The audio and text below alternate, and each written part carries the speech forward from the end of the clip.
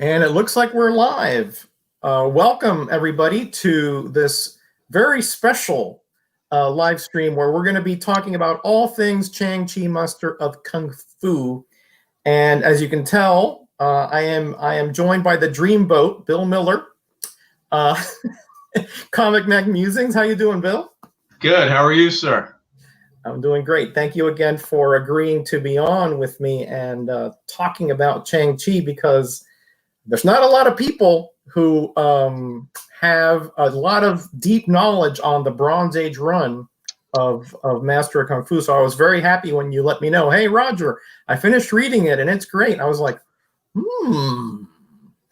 True on both accounts. I did read it recently. I think I wrapped up Special Edition 15 through 125 of the original run, maybe a month to a month and a half ago. I had read most, I'd say the majority of them, but not all of them, years and years ago. So it was fun to get a refresher on the ones I had read and a blast to read the ones that I hadn't. It's just a fantastic series. Almost every issue is just of tremendous quality. So excited to be here, excited to talk about it. Well, needless to say, I'm agreeing with you 100% on that opinion there, sir. There are, you know, I guess if you want to nitpick, there are certain problems with some kind of, sometimes they would stretch things a little bit. You know, although there weren't a lot of super powered really beings around, there were really stretched the, well, let's put it this way. If you're thinking about like a James Bond film, you know, it was that kind of stretching of possibilities, right? Absolutely. Right. I mean, absolutely. Would it be something that could happen in reality? Probably not. But it's not at the point where it's supernatural or mystical or superhuman for the most part. Right. For the most part. And I agree with that. I'd say they stretched, but yet I think they maintain within reason, within the limits of the comic book realm. I don't know that they stretched too much until later on when alien type creations were introduced through Fu Manchu, as well as a lot of mysticism that wasn't there originally. I think that's kind of when they might have jumped the shark in certain aspects. But for the most part, I think that you could, you know, maybe in a drunken stupor, reason that most of what they wrote was possible. Well, I didn't even think about that angle, but yeah, I mean, some of it does seem to me like if it was, well, you know, the writers, you know, we're gonna get into that in a minute, but the writers definitely had certain visions that they tried to portray in the character, and sometimes sometimes they went a little bit too far, I think, but we'll get into that in a little bit. But first of all, let's shout out this great chat that's in here. We got 11 people right now. Hopefully more will be coming in. We've got Mark Knapp in here, my moderator extraordinaire. Thank you for being here, Mark. I appreciate that. We, of course, got Rayman the Silencer Man, the flea market master himself. He is that indeed. And we have the YouTube Renaissance Man and my buddy on Graders Notes, Genome Presents, in here. How you doing, Dave? He has some fantastic Friday night chats with Over Easy Mode J. If you haven't had a chance to check those out, they are fun. They go in lots of different directions, and they definitely incorporate the chat into their discussions. Just a fun time. I'm going to try to make one next week. Generally, Friday nights, I'm kind of busy, but I'm going to try to make it because I've heard the same thing. We got Pope Cerebus I. He's also a big fan of the No Faces chat. Thank you for being here, Pope. And Yesy Lou, Comics and Pops. How you doing, Lou? Great collection of pops that he has. Oh, man, what a collection of pops. And we have one of the greatest supporters of this community. I know you will agree with me on this, Bill. James Gallegos from the neighboring state of New Mexico. The man is ubiquitous. He's everywhere. Every chat I see, he's there. Later on, I think in a subsequent series, Shang-Chi is able to duplicate himself. I think James may have learned that same secret. Wow, you're absolutely right. Well, we have another gentleman that I have admired for many years, and one that I have really inspired me to continue doing my YouTube videos, and that is John Dr. Von Chilla. Hi, John. Man, what an incredible perspective he has on collecting comics. You know, he does not one of these high grade guys. He's not one of these slab guys. He has a certain parameter for what he wants, and he sticks to it.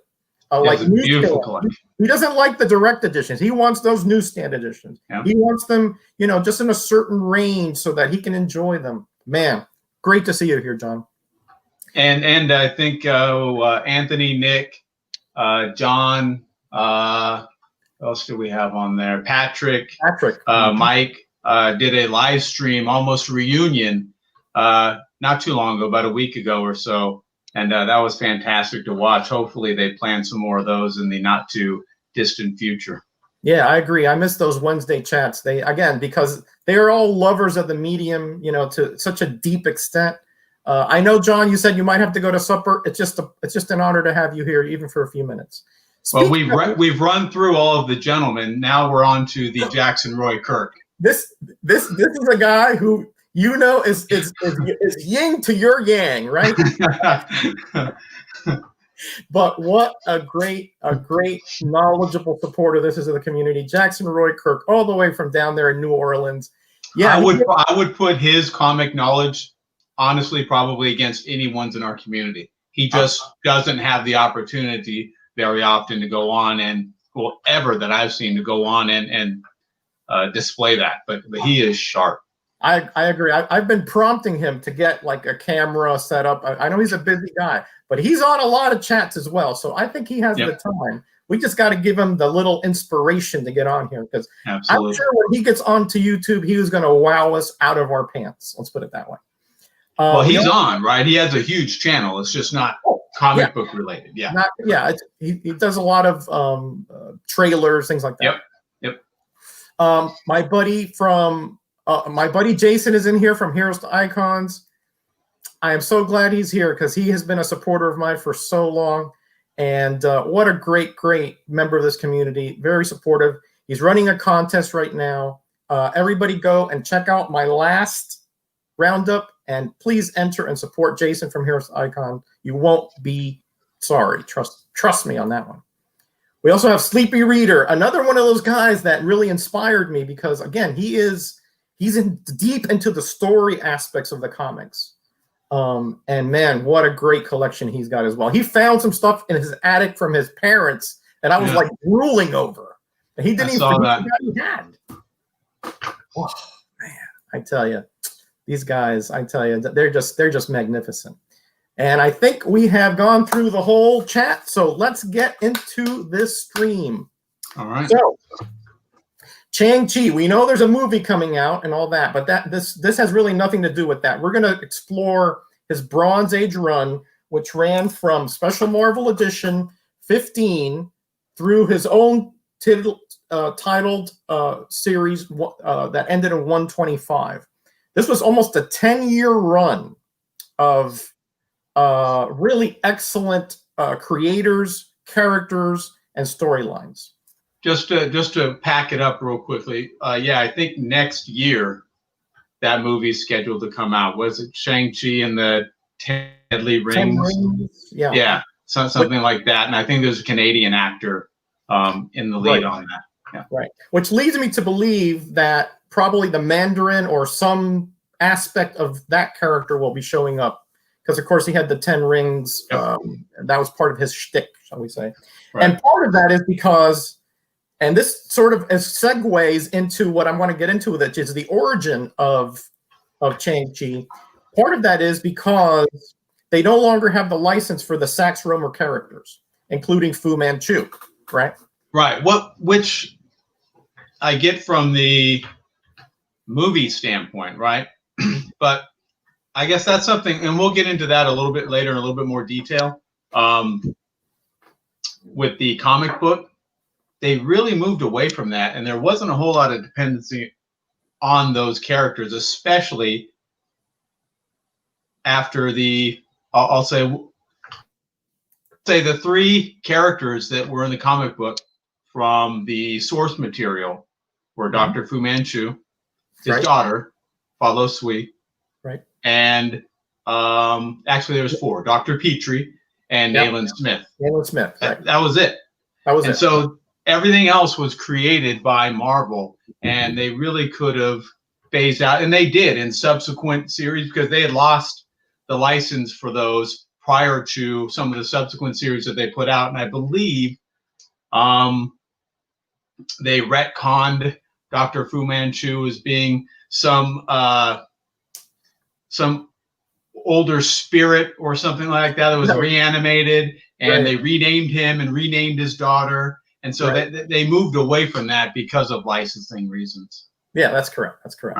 Right. But you see, initially, this is what fascinates me about this series, right? Is that it actually had a whole different genesis at first, but it because of the powers that be legal and so forth, they sort of had to resort to this, and I think it was actually better than the original concept because originally, the Steve Englehart and Jim Starlin were big fans of a show back in the 70s called Kung Fu, starring David Carradine, and the character was Kane, Grasshopper, right? A Warner Brothers owned show, and that is the linchpin there, right? Because they went to the Marvel editors and said, "Hey, we think this could be a fabulous, adaptation comic." But the problem is exactly what you said, that Warner, which was at that time Warner Communications or whatever, owned DC, and they weren't doing anything with it. So Marvel thought maybe they could get it, but they said, it ain't happening.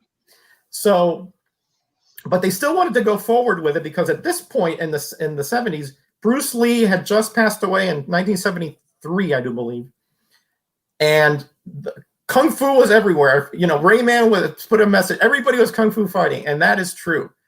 The art house films were the Chinese dub films were everywhere. Bruce Lee posters. You had the Green Hornet that back in the late 60s, I believe, with Bruce Lee. That's Kato, right? Kato, correct. So it was hot. It was a hot property. So they wanted to start to get in there before DC did, right? But again, they weren't allowed to. So although I'm going to talk about how he kind of did make it in there. So what happened is that they then went to and got the Sax Rohmer character so they could get Fu Manchu and his supporting cast. And they created essentially a little universe around Fu Manchu and created a brand new character, which is indeed Shang-Chi, Master of Kung-Fu.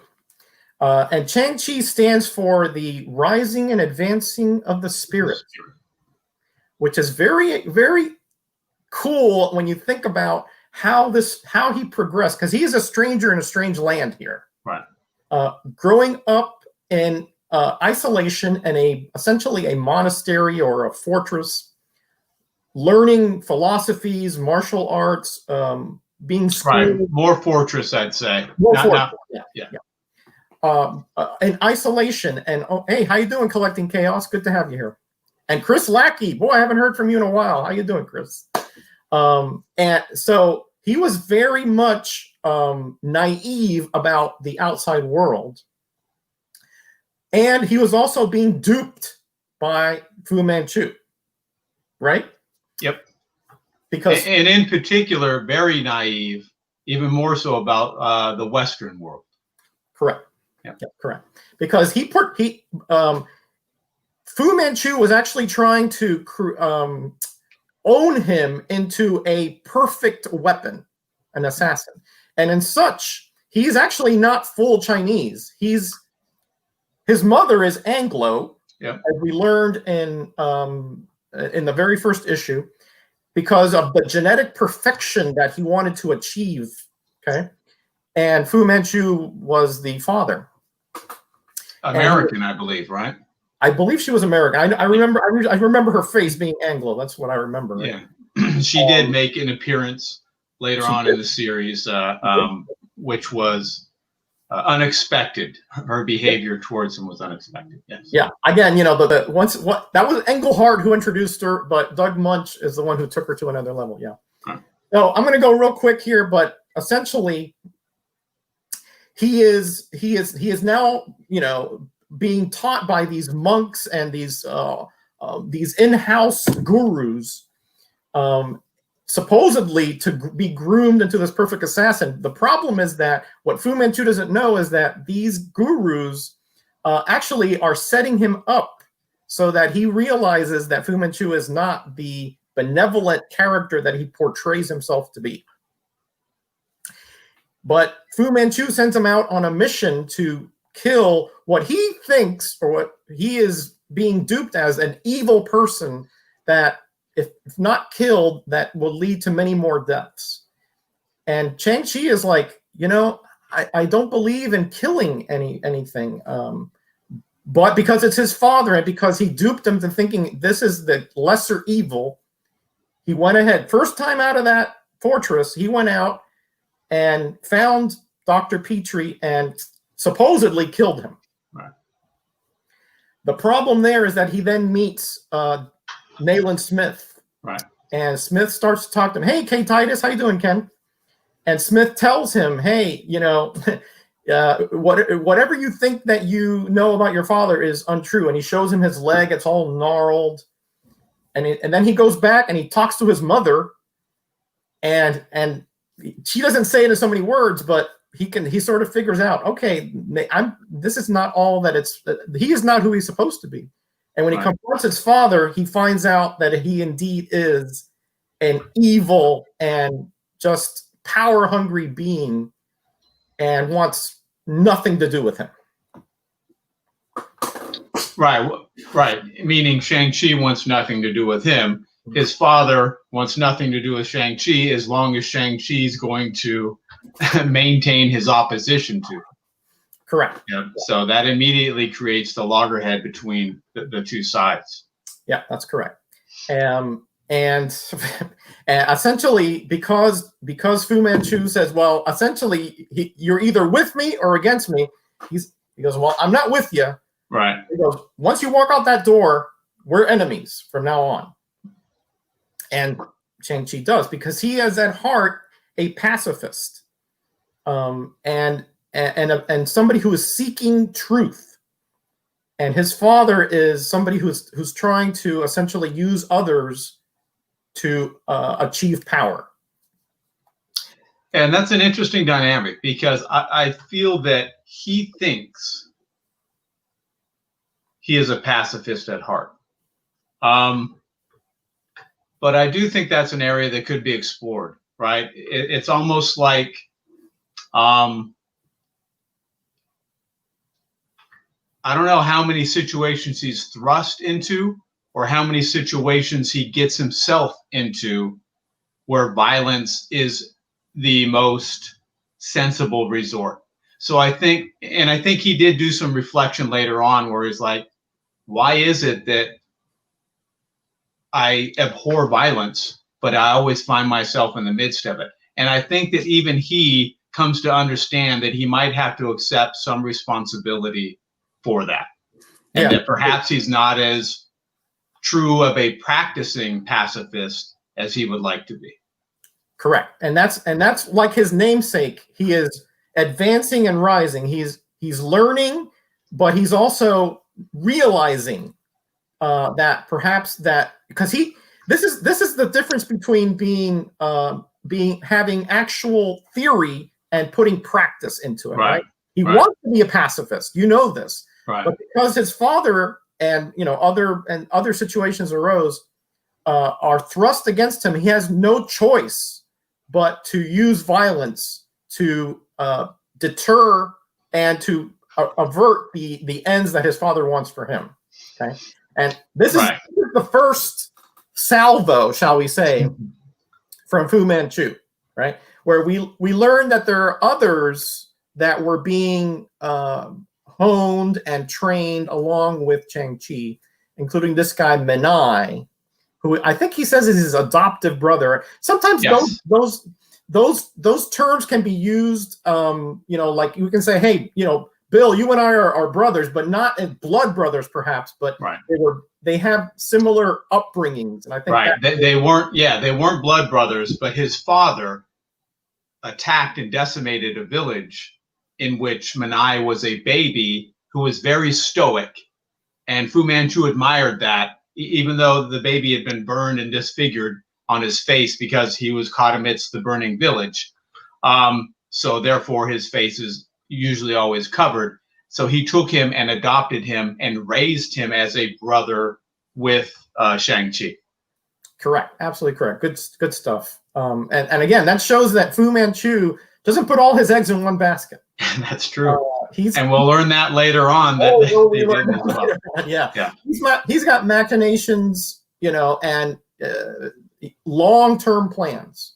By the way, this is a good fight up on a skyscraper and scaffolding and things. And at a construction site, a really cool. Again, this is Jim Starlin art at this point, and still Steve Englehart. I think Starlin only did it through 17. Right, Starlin. Just to interject real quickly, he became suddenly aware of the source material from Sax Rohmer, and he wasn't comfortable with what he felt were overt racist overtones in the source material, and that's why he stepped away from the book. Yeah, and that's a good point, because all throughout here, like Fu Manchu is portrayed with a very pale yellow skin, long nails, pointy ears, very kind of stereotypical kind of Asian stereotype that's a villain, and even his the Blackjack Tar, which we'll get to in a minute, he would call him Chinaman consistently throughout the run.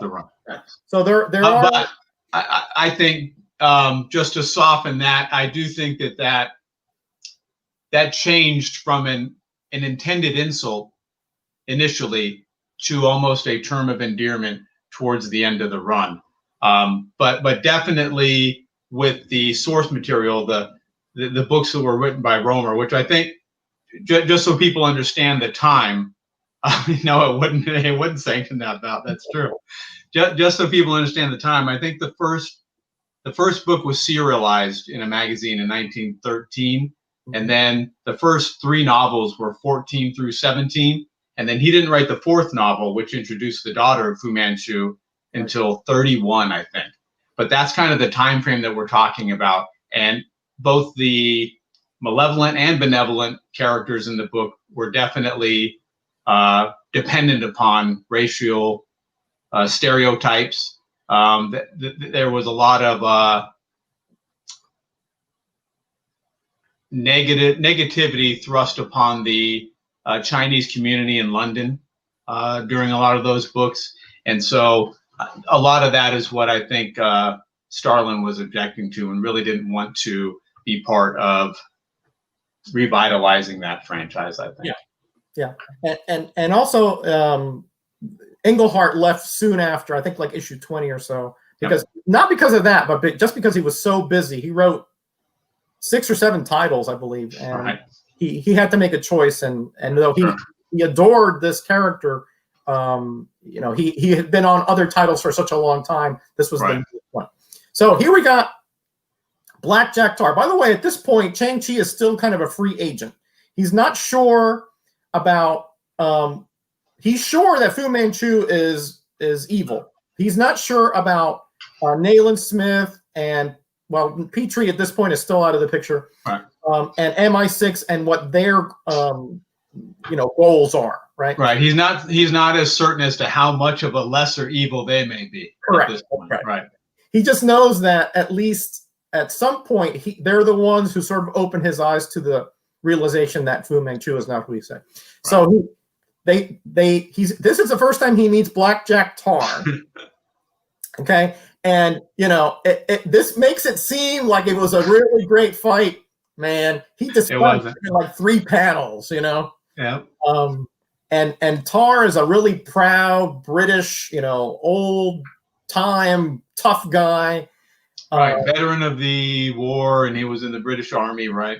Yep, that's right. And just vastly loyal to Dennis Nayland Smith, right? Yep. But again, he is kind of like, he's kind of like, really, he thinks, well, is this the son of Fu Manchu? Oh, well, you know, that means he's trouble. And right. he kind of dispenses, you know, I think twice in this issue, he just gets rid of him like nothing, right? Because you have to remember, Shang-Chi, he's not superhuman, but he does have abilities that go way beyond a normal, you know, human being, shall we say? Like we learn a few things. One is that his hands are incredibly tough. They were callous to the point where he can punch metal and really not feel a lot of pain. He's very, very strong for his size as well. There's a panel later on where he picks up this tree trunk and just hurls it at this guy and just. So he's not superhuman, but very strong. And he has incredible powers of perception and reflexes that would make, you know, a cobra stand tall. And also because of his Eastern philosophies, he can control his body to a certain extent to expel pain and temperature extremes, things like that. Right. So, and often uses meditation to prep himself for what he thinks either might be a dangerous situation or to kind of repair his spirit and his mind after some such encounter. Correct. Absolutely. And that's not used a whole lot, but it's not emphasized, but it's definitely, if you read deep enough, you can come up with a lot of abilities that he has that again, it would take a lifetime to learn. Right. Okay. So this is the one I was telling you about, Bill. I'm sure you remember this one here, where I was talking about Kung Fu, right? Now, yeah. This is interesting, right? Because this is really the only time that he meets, I think, in this series, unless you want to count the Doctor Doom robot, right, that he meets somebody in the regular Marvel universe. And that is Man-Thing. And Man-Thing doesn't talk, so he was just kind of there, you know? Right. But he meets, what happens here is he's going to Florida to thwart Fu Manchu's plot, I think, for drug running or something.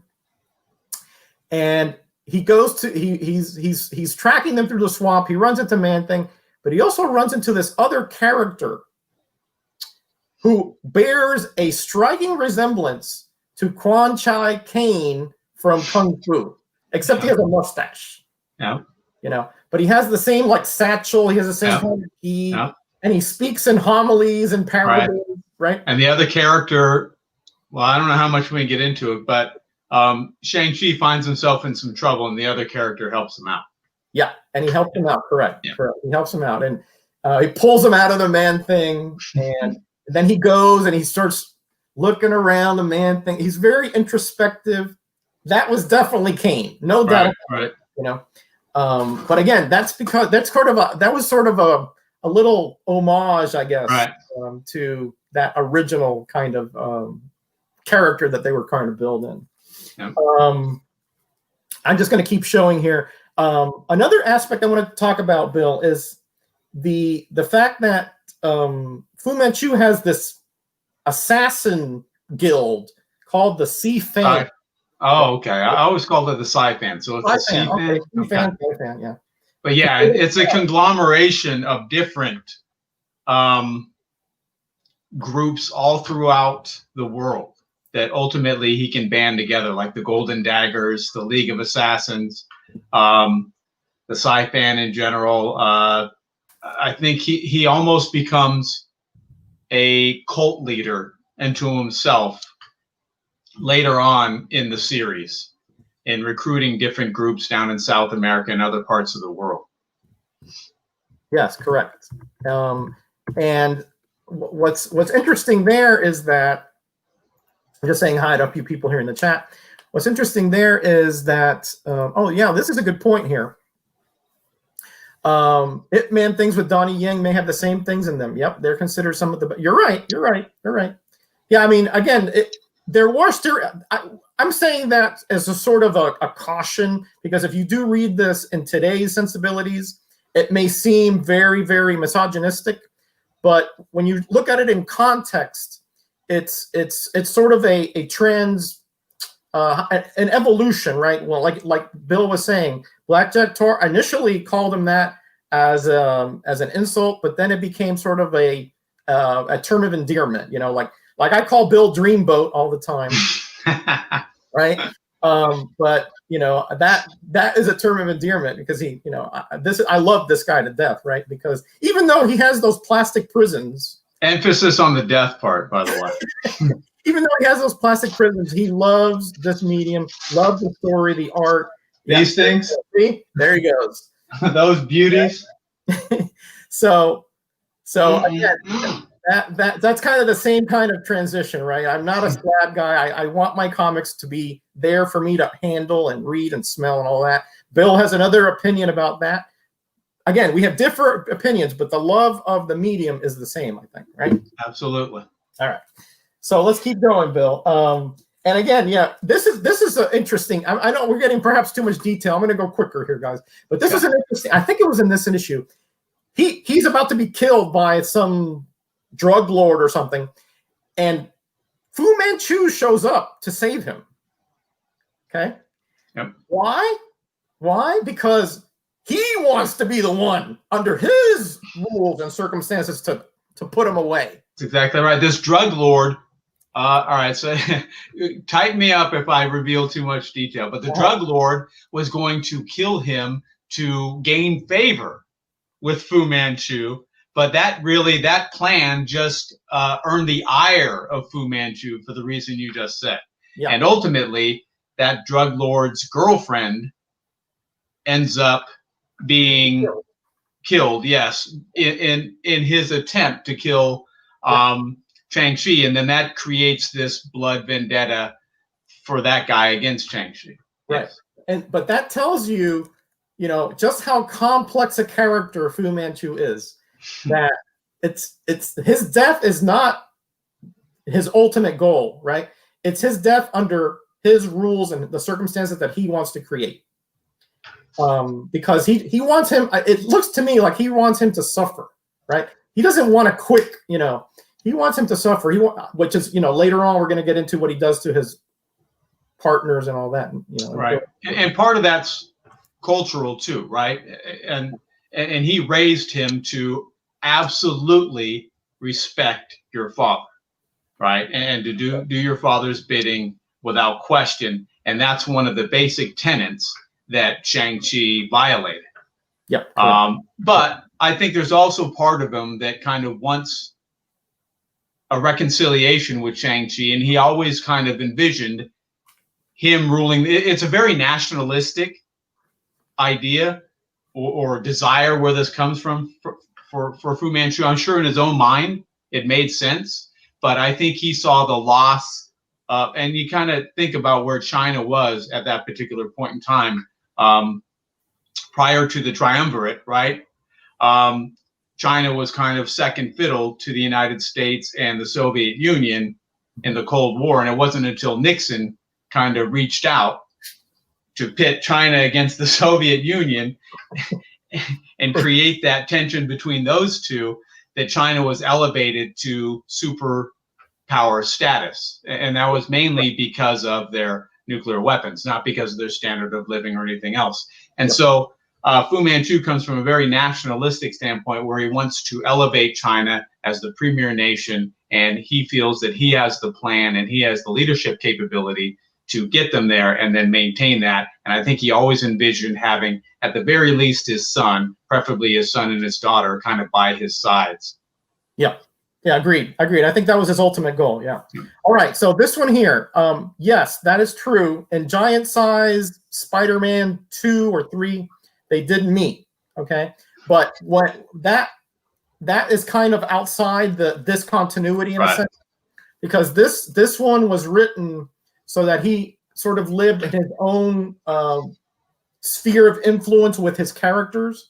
He did meet. In fact, in Marvel Team Up, there was another time where he sort of met with Shield and Black Widow and so forth. But what we're talking about is just the main series here. That the outside characters rarely were even referenced in here because they wanted to keep it almost like a graphic novel and as an extended graphic novel, shall we say, right?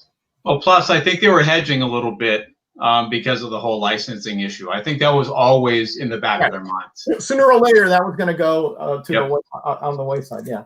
So I'm just showing a few more here. Again, the at this point, I think Englehart is gone, and Doug Monk or Munch, I forgot how to pronounce his name, is now the writer. And so now we're going kind of past the origin stages. We already have established Fu Manchu is a bad guy. Shang-Chi is a pacifist who's just trying to survive and trying to figure out what the world is about. Right. And we know that the C-Fan are endless and coming after him. Hey, that old comic smell. How are you? Thanks for stopping by. Hey, how you doing? How you doing, old comic smell? Thank you for coming by. At this point, I think the art is done by just a variety of people. Buscema, I think, was in here. Yeah, he did one cover at least, and I think a couple interiors. Right, and I think Ron Wilson did a couple. Yep, sure did. Gil Kane did some covers during that.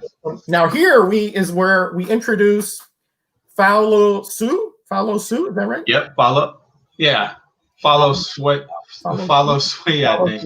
Yeah. And again, we didn't know about her, unless you read the pulps or the novels. Right. But she actually interacted with Shang-Chi when he was little here and there. Right. And we find out that she is no fan of Fu Manchu. Right. Okay? And in fact, she is quite the enemy, and in fact takes over part of his assassination guild. Right. Quite the enemy, but for different philosophical reasons. Different philosophical, yeah.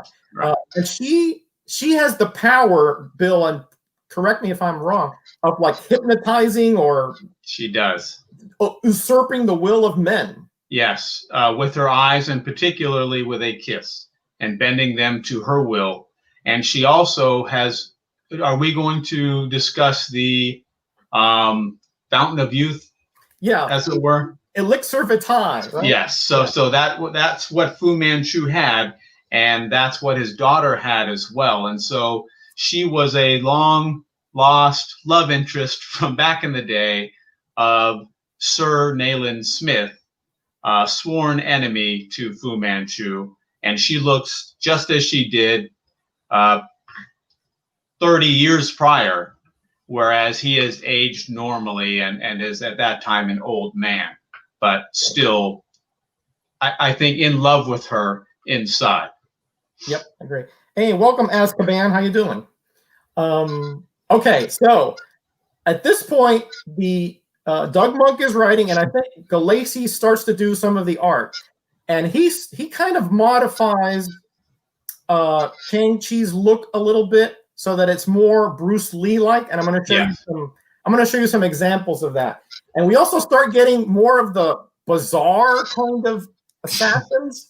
Like, Bill, I know this is one of your favorites. Yeah, I got to be honest. Yeah, there were some bizarre ones, but they had a cadre of great villains.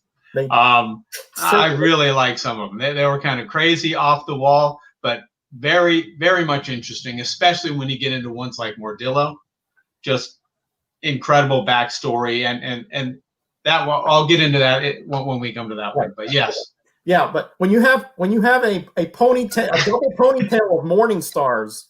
Yeah, and he's got ball and chain on each side. It's fantastic. But they actually become allies later on. But yeah, that was his, I think it's Storm Shadow. No, not Storm Shadow. Something Shadow. Okay, so I think by now, let's talk, Bill, a little bit about this.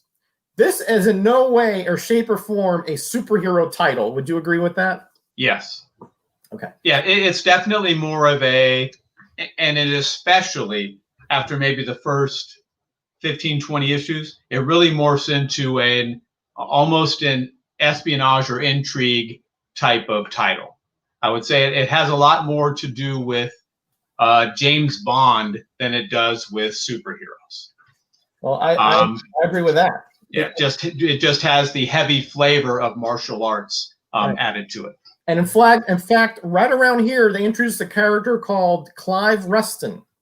Yeah, speaking of James Bond. Speaking of James Bond, who if he didn't say it straight out, he intimated that he's like the son of James Bond, right? Yes, that's exactly right. Yeah. And he's definitely modeled on James Bond with his drinking and his womanizing. And he's also modeled on Roper from was that Enter the Dragon? The Dragon, yes. Yeah, he's also modeled partly on that character as well. So I want to show you a few interior pages of this one here, because this is where I think Galassi is starting to go more towards the Bruce Lee look, and I'll show you some where I think it's like irrefutable, right? But first, I want to show you this villain here. I'm talking about kind of goofy villains, right? But this is a guy named Razor Fist. Oh, I love Razor Fist. Notice that in place of his forearms, he has two machete-like blades. Yep. So, you know, Bill, when he has to go to the bathroom, yeah, it makes it difficult. It really does. Anyway, maybe he has prosthetics on top of that or something. But Galassi, I just loved his art style for this. It was so action packed, and his facial expressions were sometimes a little over the top. Hey, Lord Tapman, how you doing? But really, really well done. Yeah, I think most of the artists they had were good, but in particular, Galassi and Zek were I think the two. They had the pinnacle artistic runs on the series. Now, tell me what this reminds you of right there. Yeah, absolutely. That's from that's definitely Bruce Lee. Right, and look at notice that they put him without the gi, right? Yep. Looks like an Enter the Dragon, right, and all that. Yep, sure does. And shadowy the face, and the haircut is a little. Usually had more of a moppy hair, right? And it's a little bit shorter in the back. Yeah, right. He started drawing this comic almost like a movie, almost in cinematic reels. Yes. Which I thought was really cool. And if you're not convinced that was Bruce Lee, then let me show you the splash page of the next issue, which I have misplaced here. Here it is. And what does this remind you of right here? Yep. Enter the Dragon. Notice what it says up here. Produced and directed. Yeah, yeah. So yeah, he's absolutely. Oh, why don't you hold that open so we can show the characters? Oh, you mean by myself, that kind of thing? No, if you hold that splash open again, yeah, you can show the other characters. So there's Clive Reston, and that is Blackjack Tar, each of them flanking him, and I think that's Pavane down there. Yep. With the whip. Yeah. Yep, that's right. And that again, it's a Bruce Lee kind of look, but it's like a James Bond kind of scenario here, right? Because they attack this bunker of sorts, and look, if this isn't a James Bond kind of girl here, yeah. I mean the femme fatale, the whip, the short and revealing attire, right? Yeah. And then they attack this compound. Let me see if I have a good look at it here, which reminds me so much of I forgot which James Bond film where they attacked this. Was it Moonraker? Oh, anyway, it was one of those James Bond films where they go in there and they destroy the interior of a bunker. And it's very real quickly, Roger. Dave Enrique, how are you? He had a question. We can get to that after that. I haven't read The Deadly Hands of Kung Fu. I do have a quick story on that, but I haven't read it. I imagine Roger has. Yes, I have. Okay. I don't know that we'll have a whole lot of time to talk about that. Right. And I think that involved like other characters as well, right?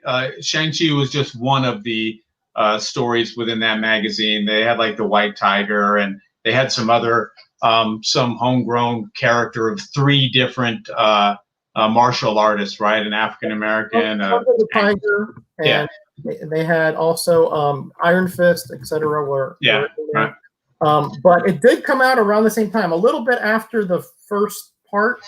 It did come out, and Monk wrote the Shang-Chi stories in there. Like I said, we're gonna.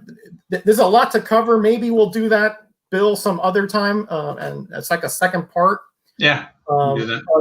The Deadly Hands of Kung Fu is really, it's technically the same continuity, but it has a totally different vibe to it. It's not so much espionage and intrigue. It's more action oriented. So yeah, Sons of the Tiger, Dogs of the Dragon. Yeah, correct. Yeah. So we will definitely cover that at some point, but we're trying Mr. Miracle, Dave, how are you? Thanks for stopping in. Miracle. How you doing, buddy? So I'm going to skip a little bit here because we're logging down a bit here. We have again, I think this is where the Mordillo storyline, I think, starts. Yeah. So Mordillo, real quickly, he used to be, was it Simon Retner? Yep. Was that his name? He was an Bretner. Yeah, Bretner. Okay. He was an agent for MI6 and he was also a love interest of Leiko Wu, who we haven't mentioned yet. Yeah. Who is a British Chinese agent for MI6 as well, who later becomes a love interest of, among others, Shang-Chi.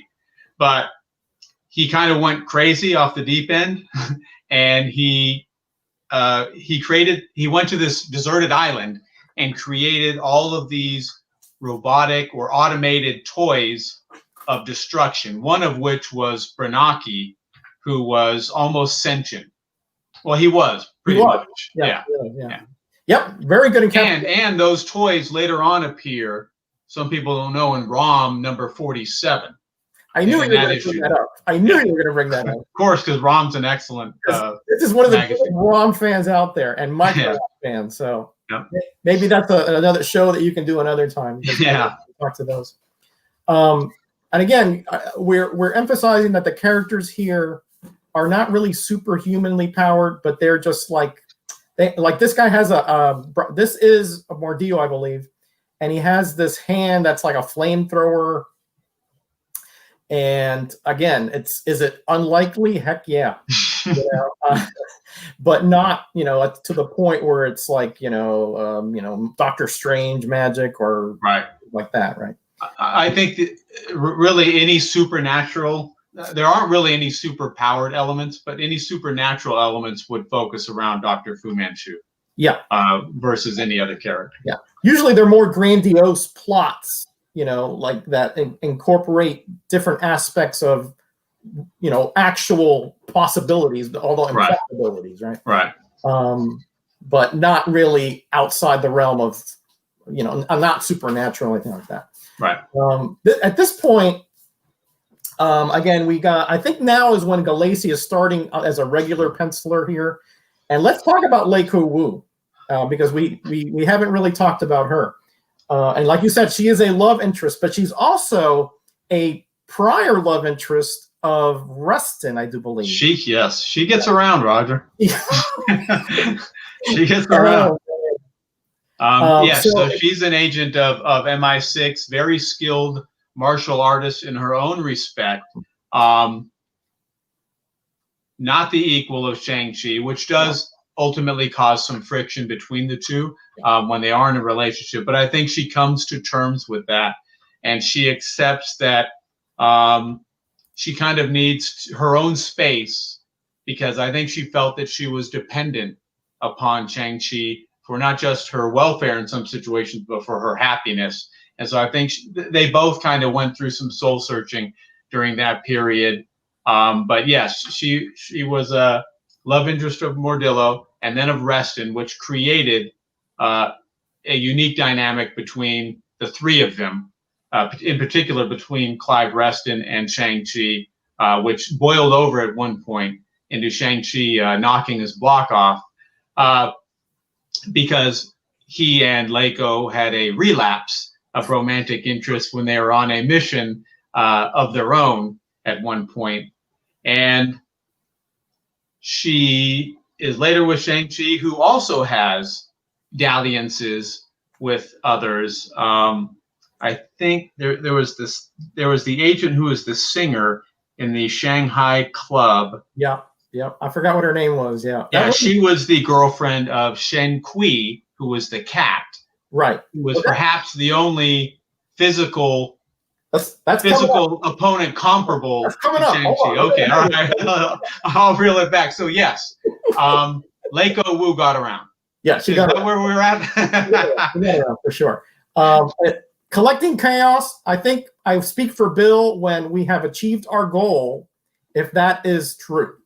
Because that's exactly what we want to do, is bring this series into the limelight, right? Because absolutely, we both believe this is very different and unique series, especially for a Bronze Age series. So we've accomplished our goal if that's the case, right? All right, let me keep going here, Bill. It was fantastic. It just to reiterate it was a strong seller early on, kind of lagged later, but there has always been a strong cult following for this series, and it's almost always gotten critical acclaim. Oh, this is good news here. They finished filming. I am so hyped, even though I know nowadays the fighting scenes will stop. How you doing, Bronze Age of DC? Now, notice Bronze Age of DC Comics, but he's excited for Shang-Chi. So that's good right. Know. Mark, if you're still there, could you put Bronze Age of DC Comics link on there? Because I don't think I'm subbed to him. And I would like to. I just lost Bill. He better be back soon. Okay, hold on. Here he is. All right, there he goes. It was teleportation there. Okay. My internet connection was acting kind of squirrely. Now I don't want to talk about this too much here, Bill, but there's a 2-issue story arc of bizarre characters here, like where he was part of a circus, and then they each had these different philosophies and point of views, which sort of got confused him a little bit more. And then at the end, he didn't even know if they actually existed. Right. So that was again, truly odd. That was a very odd story here. So we're not going to go into that too much, but again, this series, it focused on Fu Manchu, but there was lots more than that. And including, as Bill let the cat out of the bag, we have a character called the Cat who is pretty much his equal, or maybe just a tad below Shang-Chi. And the circumstances arose. Initially, they were kind of on the same side, but then he said, we got to, how it is, right? We got to fight, Right. So in 39, no. Initially, they were opposed, but then the Cat's girlfriend was going to kill herself, and so he made a decision to stop. Where he had the advantage during that fight, right? To stop fighting Shang-Chi and save her from killing herself. And then the subsequent battle that they had, which was a total misunderstanding that led to the battle, Shang-Chi had the advantage, but he stopped. I think he thought Shang-Chi was killed his brother, or was trying to kill his brother. Yes, because of the whole bomb. All right. Let's not get ahead of ourselves. Right? But just to let you know, this character, again, Shang-Chi, remember, at this point, so far, no one character has come close, really, to besting him. Right.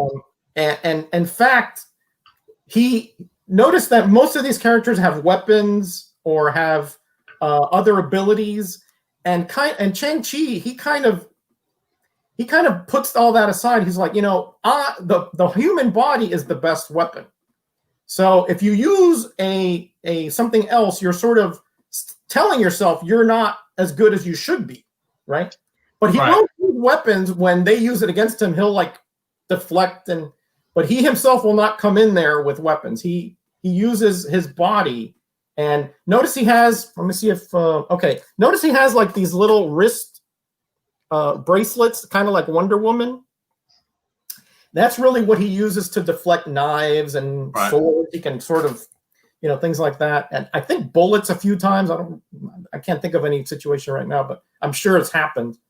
Right. Stars, right? The stars, right. The shooting. Yeah. In particular, if he does use a weapon, it's usually the nunchucks.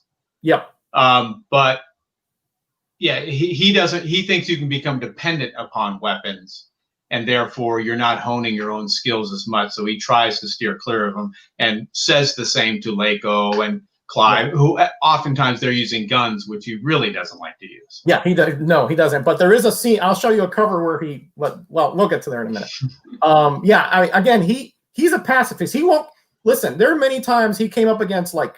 Well, we didn't talk about the shark. Yeah. He karate chopped this shark. Right. But he that was around the Man Thing issue. It was the issue prior or after. Yeah. And snakes that have tried to bite him, and he just. And leopards and things, he won't kill anything. Even like a lizard, I remember he was like, I just want to study you, and the lizard. So he is big into the sanctity of life. So much so that he won't kill his own father. We'll get to that in a minute. But we got this guy here, another guy who's I forget what his name is, but he was in a suit that created power, electricity. Shockwave, right? Shockwave, yeah. Yeah. Yeah, he was the nephew. Wait, wasn't he? He was the nephew of Nayland Smith. Nayland Smith, right? Yeah, right. Yeah, he used to be, I think, an agent, and then yes, yep. Yeah. Okay.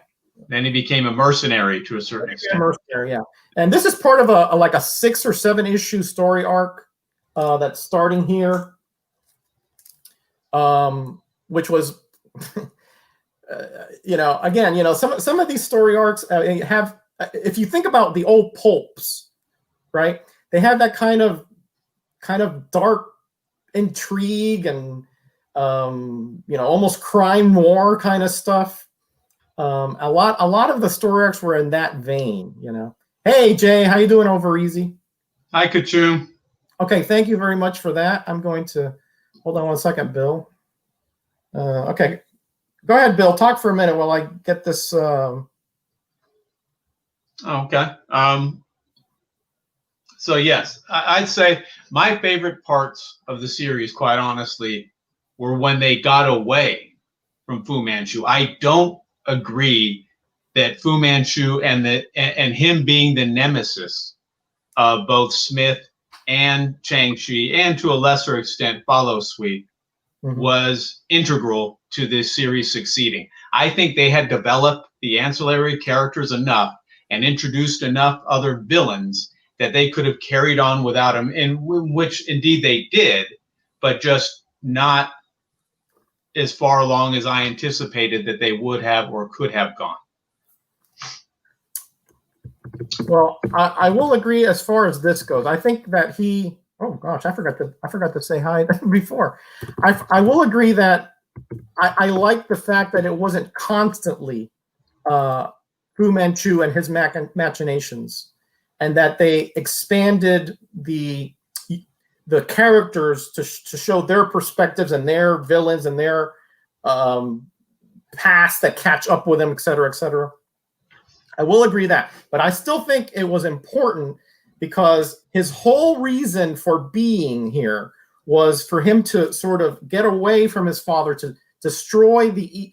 Remember, he's always big about this, right? He wants to destroy evil, but he comes to the realization that he can't, right? So all he can do is destroy the evil that affects him. And that for him was Fu Manchu, because the fact that Fu Manchu was so dead set against getting him caused a lot of other harm to a lot of other people around him. And he realized that. So he had to sort of balance, is this, and I think you mentioned this, is this violence that I am foisting upon myself affecting others, or should I just, try to hide away from it and hope that that it doesn't affect those around me? And he had a lot of, consternation about this, trying to figure out what was the best course of action. But yet, when it came to, and again, this series also included Fa Lu Su and her trying to usurp her father's. In fact, she took over the keep or whatever that was when he was away. Well, yeah. Well, she created her own group of Sci-Fan warriors that were loyal to her, and ultimately she became the de facto head of MI6 later on in the series. But so, hey, Jambo, how are you? So I agree with you in that initially to draw him into this world, Fu Manchu was required. I don't think that he was needed after that. I think he had developed strong enough, loyal enough bonds with the other agents of MI6, and then later on, what was it? The restorations team, when Nayland Smith formed his own sort of mercenary group of foreign intelligence operatives. I think that his bonds to them were strong enough to carry on to fight other acts of evil, aside from Fu Manchu. I think he was superlative at that point. And indeed, they had many, many issues when they thought he was dead, where they did just that. Yeah. And I don't totally disagree with you, but I still think that him being around was pivotal for you're right. I mean, he could have stood on his own 2 feet, but I think that the forward thrust of his reason for being, he needed Fu Manchu to maintain his focus with MI6. Otherwise, as you know will happen later on, he didn't want anything to, because again, regardless of what you want to think, right? He came to the conclusion that others are going to mislead you, they're going to lie to you, and they're going to use you for their ultimate goals, right? And he realized that. Now, maybe the goals are not necessarily evil, but again, are they morally ambiguous? You betcha they are, you know? So, okay, but we'll get into that later. Let's move past that, Roger. You're very argumentative right now. We disagree, and we'll agree. Okay. Here's one where this is kind of a really out there, you know, what the Fu Manchu, well, I won't get into a lot of details, but it has to do with the moon, all right? And that doing something to it will elevate China, right? And Fu Manchu has him dead to rights, you know, and could have killed him right there and there, but no. Shang-Chi has Fu Manchu dead to rights. Did I say that? I'm sorry. Yeah. The other way around. I'm sorry. Old age. Okay. Shang-Chi has him dead to rights, and he just couldn't do it. He lets him escape, essentially. Yeah, he lets him into what he thinks will ultimately be the demise of Fu Manchu. Right. But without any confirmation of that. Right, without any confirmation. Yeah, he could have just made sure, but no. Right? Because, again, he's a pacifist. He's not a killer. He's a respecter of life. Even somebody as evil as Fu Manchu, who he knows will lead to thousands of deaths, he can't do it because it's not in his spirit to do it. And I understand that, you know.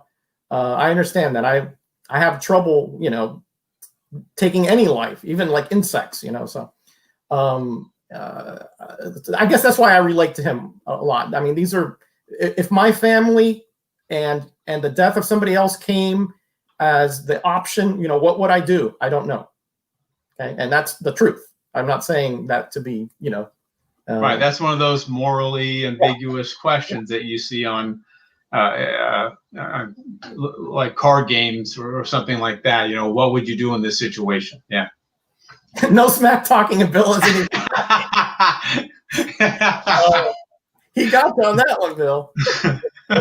Oh man. Speaking of my nemesis, hey Jackson, the Fu Manchu to this Shang-Chi. Look at this cover here. This is kind of the epilogue kind of thing. This is where it's and this again, and here I believe is where Shang-Chi is just fed up with the MI6 guys because again they didn't tell him the whole truth. They had double agents in there. I think what's her name, Ducharme or something. Yes, yeah. And again, the layers get thicker and thicker and thicker as the series goes on here. As we get more characters, we got Dr. Petrie, which had I won't give it away too much, but he had issues with Fu Manchu and MI6. Okay. Yeah. But ultimately, though, it really became. At first, this series, I don't know if you agree with this, Bill. You tell me. This is a reprint, I believe. Yes. Yeah. This series started like as reprint's number 20, I think. 20 was reprint's number 20. Okay.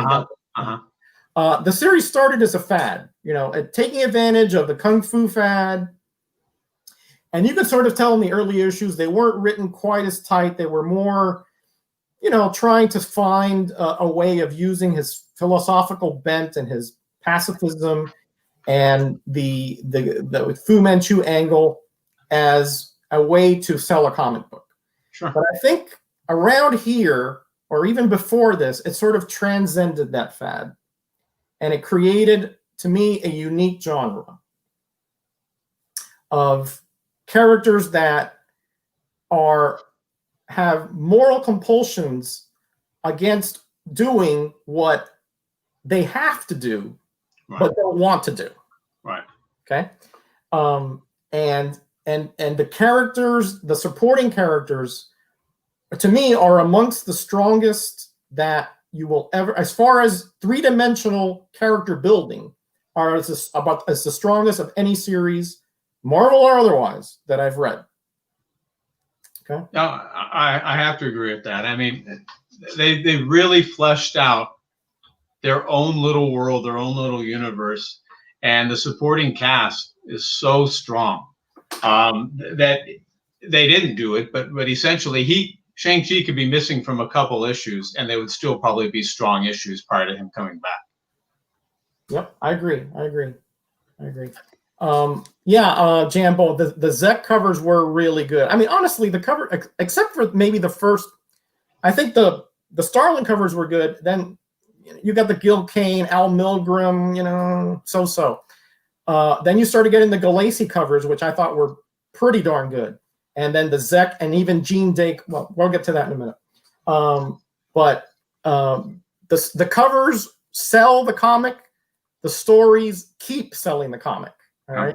And this one. And this is one of those comics that if you came in at this point, it may be difficult for you to get into it because there's such a rich world building. Right. That you may be a little confused. Although I think you could figure it out, but it's not the easiest. It's not, how would you say it, Bill? It's not something that you can just pick up and automatically say, oh, I get it. Right. It doesn't have a lot of good jumping on points throughout the series. It really is something that depends heavily on context from previous issues to at least get the feeling for it.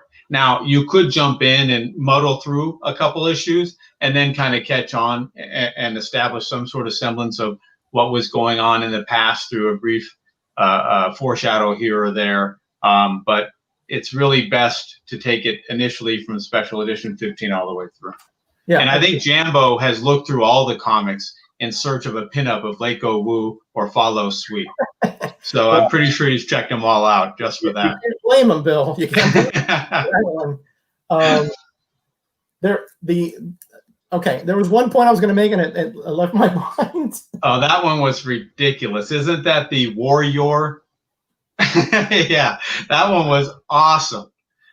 So this is almost like a guy with multiple personalities of all these different successful combatants from history, one of which was Attila the Hun, and if you turn it over, the other was the Red Baron, Rangian Vigilante's favorite pilot. And then, of course, we got a little bondage for you guys who like that kind of stuff. There you go, Jambo. That's Leiko, I think. She was taken a hostage by him. Yeah, that's Leiko. And this was a really odd but interesting little story here, where it was kind of set up like a chess match, of traps and, okay, Genome, you're a chess player, right? It's sort of deceptions, traps, veiled attacks, things like that. And isn't that the one that takes place in the mansion that it was Blackjack Tar's mansion? And so he had knowledge of some of them, but many of the other ones were new traps that Tar had no knowledge of. That's correct. It was totally, again, because right. Although I don't, Bill, maybe you can bring this to light. I don't think it was actually Doom. It was like somebody manipulating a Doom bot or something. It was a Doom bot, right. And he's the one that he didn't bring Razor Fist back. It was Razor Fist number 2, I think. I think there were 3 iterations of Razor Fist in the series, just different people that were outfitted with those appendages.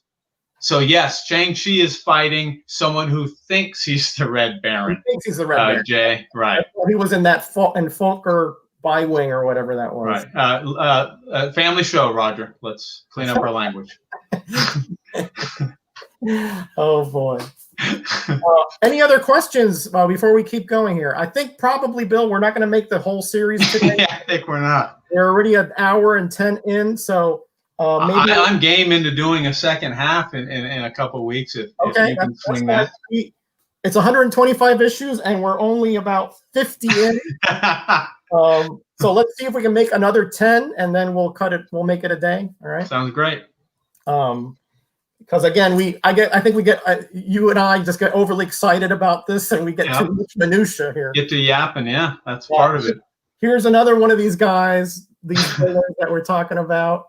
Oh. You know, with the Skull Crusher. Yes, he was. I think the Skull Crusher later became a love interest of that same singer. I wish I could remember her name. Ducharme or Ducharme? No, that wasn't her name. It was like Elizabeth. The lounge singer lady. Yes.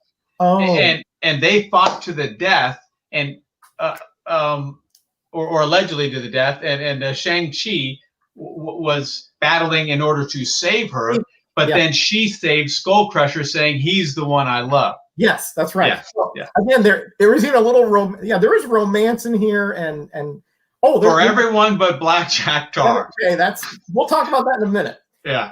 There's another character we didn't talk about, Larner. Remember Larner? Larner. He was only there for a short time, but he was, I believe, they were sort of intimating he was a related to Sherlock Holmes. Oh, yeah, I do. Yes. He would say things like indubitably and but let's use deduction here, you know. Right. Again, there were a lot of these little, I don't think he lasted but a few issues, but they had a lot of those kind of, again, because they were, MI6 was, they were in London, and then I think later they went to Scotland. Correct. So you had a lot of those British kind of characters around. Stormhaven, I think, was the castle that Nayland Smith bought for the Restoration degree. I can't remember the first part of the name. Restoration, not Industries. Investigations, I think. Restoration. Yeah, I'll have to find that out. But yeah, they were in Scotland then. Yeah.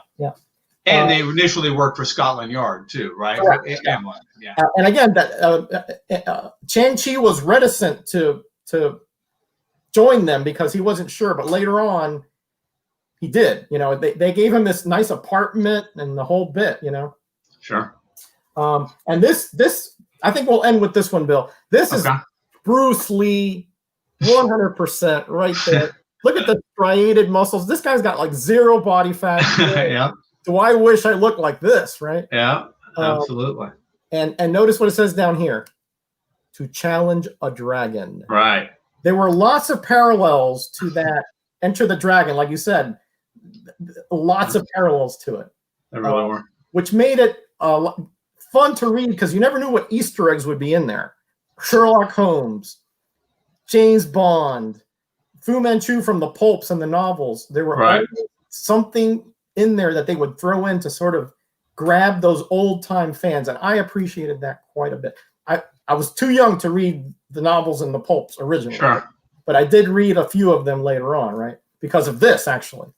So again, we are only halfway through the series, people. So we're going to do this again, maybe in a couple weeks or 2 or 3 weeks. We'll pick up where we left off.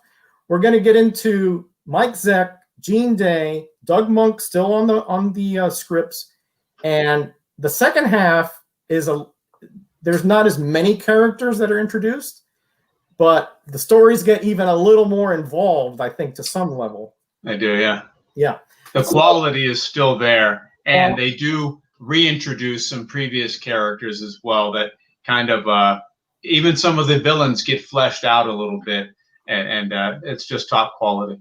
That's a good point. You know, I didn't even mention that you're right. The villains, we sometimes think of them as, okay, there's good and there's evil, but Right. the villains had a lot of gray. Some of them, you know, were kind of villains by coercion or by blackmail or by, you know, manipulation, mental and otherwise. Right.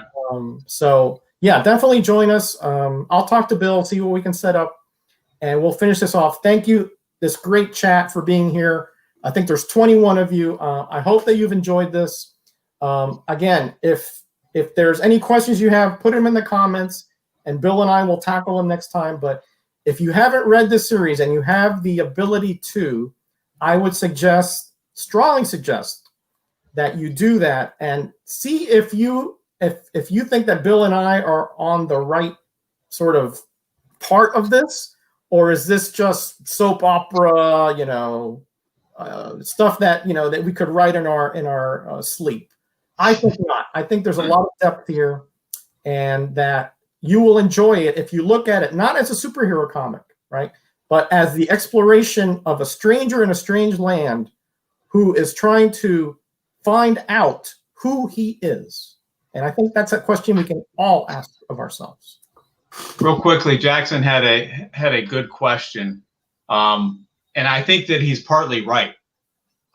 He's asking, were the creators able to develop such rich characters and stories because there wasn't a whole lot of attention being paid to this title? I think to a certain extent that was true. This wasn't right up there with some of their top sellers. And so I think that it was out of sight, out of mind from at least the editors to a certain extent. And that did give the writers a little bit more creative freedom. Plus, they weren't using a lot of the other characters from, superhero characters. They weren't using them. So it's not like they were being told explicitly, do this, don't do that. So I think there's some freedom there as well. I think that's exactly right, Bill. I remember reading an interview with Doug Monk. And because he wrote this for 9 years or something. Yeah, he wrote almost every issue. Every issue. Yeah. And for that was on purpose, because the editor was sort of like, he didn't have to worry about this title.